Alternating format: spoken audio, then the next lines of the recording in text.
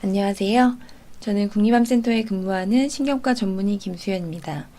요즘 TV 및 인터넷을 통해 많은 의학 정보들을 일반인들도 쉽게 접하실 수 있는데, 다발성경화증은 한국에서는 질환의 발병률이 워낙 낮고 전문적인 영역이다 보니 아직 한국어로 된 객관적인 질환 및 치료에 대한 의학 정보를 찾아보기가 힘들더라고요. 이 영상에서는 현재 국내에서 사용 가능한 다발성경화증의 치료에 대하여 환자 및 가족분들이 가능한 이해하기 쉽도록 설명해 보겠습니다. 약 이름을 비롯한 여러 의학 용어가 처음에는 생소하시고 좀 어려울 수 있겠지만 반복해서 영상을 보시다 보면 조금은 다발성경화증의 치료에 대하여 이해하실 수 있을 것이라 생각됩니다. 설명이 길다 보니 영상을 두 부분으로 나누었고요.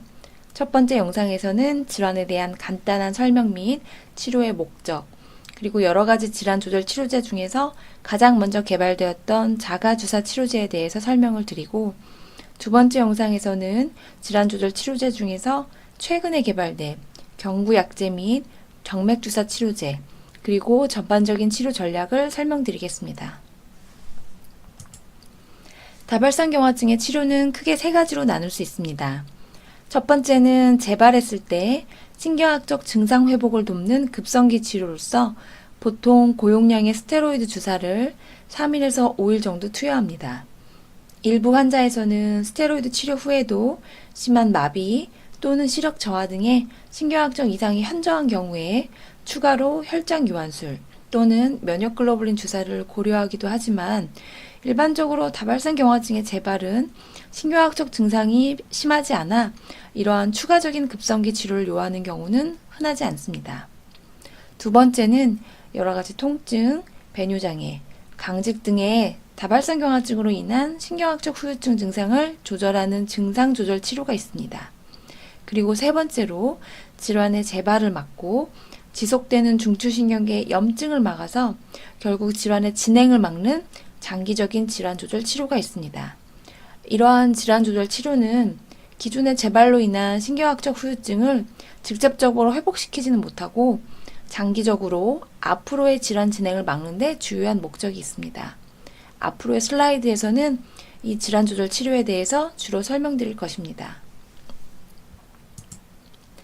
질환 조절 치료를 이해하기 위해서는 다발성경화증의 경과에 대한 이해가 먼저 필요합니다. 다발성경화증은 중추신경계인 시신경, 뇌, 척수에 산발적으로 그리고 반복적으로 염증이 생겼다 좋아졌다 하면서 조금씩 중추신경계 손상이 누적이 됩니다.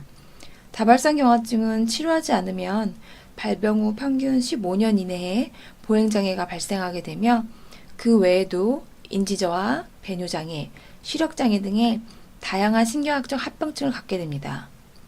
약 80%의 환자가 시신경염, 척수염, 뇌병변으로 첫 발병을 하게 되는데, 이를 임상적 단독 증후군이라고 부릅니다. 사실 병의 진행은 이 이전부터 발생했을 것으로 생각되지만, 환자가 증상을 처음 느껴 검사를 통해 확인하는 것이 이 시기가 됩니다. 이후 재발과 호전이 반복이 되면서 조금씩 질환이 악화되는 과정을 재발 완화형 다발성 경화증이라고 부르고, 발병 후 15년 정도에서 20년이 경과하면 임상적 재발이 뚜렷하지 않으면서 신경학적 증상이 조금씩 악화되는 2차 진행형 다발성 경화증으로 진행하게 됩니다. 현재까지 개발된 치료제들은 모두 재발 완화형 다발성 경화증 단계에서 재발을 억제하고 염증을 줄이는 데 효과는 있지만, 2차 진행형으로 진행된 환자에서는 아직까지 효과적인 치료제는 없습니다. 따라서 2차 진행형으로 진행되기 전에 치료를 시작해야 되고, 가능한 조기에 치료를 시작하는 것이 정말 중요합니다. 이 그림에서 보시면 시간의 흐름에 따라서 질환으로 인해 장애가 이렇게 진행되는 것이 질환의 자연 경과인데, 이렇게 뒤늦게 치료를 시작을 하면 바꿀 수 있는 질환의 경과가 얼마 안 되지만, 가능한 이렇게 조기에 치료를 시작을 해서 적극적으로 치료한다면 질환의 진행을 크게 바꾸어 장애 진행을 최대한 막을 수 있을 것으로 기대합니다.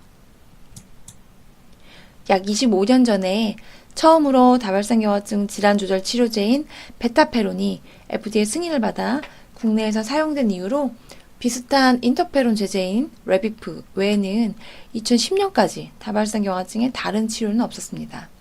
미토산트론이라는 강력한 면역 억제제가 있었긴 하지만 심장 녹성 및 백혈병을 일으킬 수 있는 위험성이 있어 꼭 필요한 환자분들에게만 제한되어 사용하였습니다. 정말 다행히도 2010년 이후에 전 세계적으로 다발성경화증의 많은 질환 조절 치료제가 개발이 되고 국내에서도 사용이 가능해지면서 이제는 국내에서 사용 가능한 다발성경화증의 치료제는 총 11가지로 불과 10년도 되지 않는 사이에 3배 이상 증가하였습니다. 미국과 유럽에서는 여기에 작년에 승인된 오크랄리주막과 클라드리빈도 사용 가능한 상태이지만 아직 국내에서는 사용 허가가 되지 않았으므로 이 영상에서는 따로 설명드리진 않겠습니다. 이렇게 많은 치료제의 선택이 생기다 보니 이제는 환자의 질환 활성도, 장애 진행 정도, 동반 질환, 그리고 환자의 선호도에 따라서 개개인에게 적합한 치료제를 선택하는 것이 가능하게 되었습니다. 환자분들 입장에서는 치료에 대한 적응력을 높이고 치료 효과도 높일 수 있는 굉장히 좋은 일입니다. 하지만 국내 의료 환경에서 선진국과 비교하여 현저히 짧은 진료 시간 안에 이러한 약물들을 일일이 소개하고 환자분들의 이해를 시키는 것이 쉽지 않다 보니 이러한 영상을 제작하게 된 가장 큰 배경이 되었습니다. 지금부터는 각 질환 조절 치료제들에 대해서 약제 이름, 기전, 투여 방법 등의 특성들에 대하여 설명드리겠습니다. 이 영상에서는 환자 및 가족분들이 이해하기 쉽도록 가급적 약물 상품명을 사용해서 말씀드리겠습니다. 가장 먼저 개발돼서 20년 이상 장기간의 효과 및 안전성 데이터가 잘 알려져 있는 자가주사 치료제입니다. 말 그대로 환자분들 스스로 본인의 피하나 근육에 스스로 주사를 놓는 치료 방법인데요.